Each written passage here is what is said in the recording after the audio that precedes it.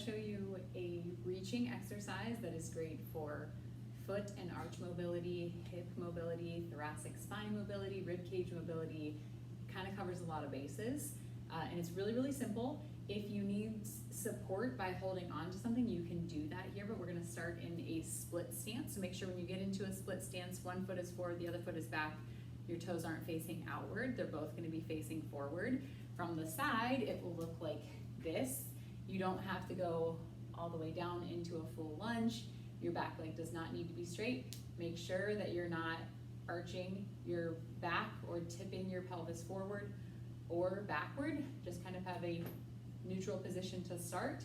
And what we're gonna do, we'll focus for just a second here on the foot.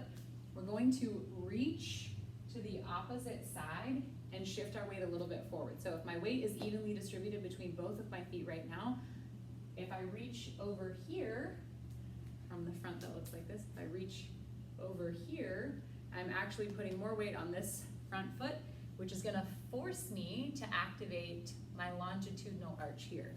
So I get in a split stance and I'm gonna shift my weight a little bit forward and reach across to my right. Then come back to center, shift forward and reach across to my right, shift forward and reach across to my right. Okay, so my right foot is down and I'm reaching to the right. So I'm in a split stance, shift forward and reach across to the right, back to center. Shift forward and reach across to the right, back to center. Shift forward and reach across to the right, back to center. A couple of things I don't want you to do.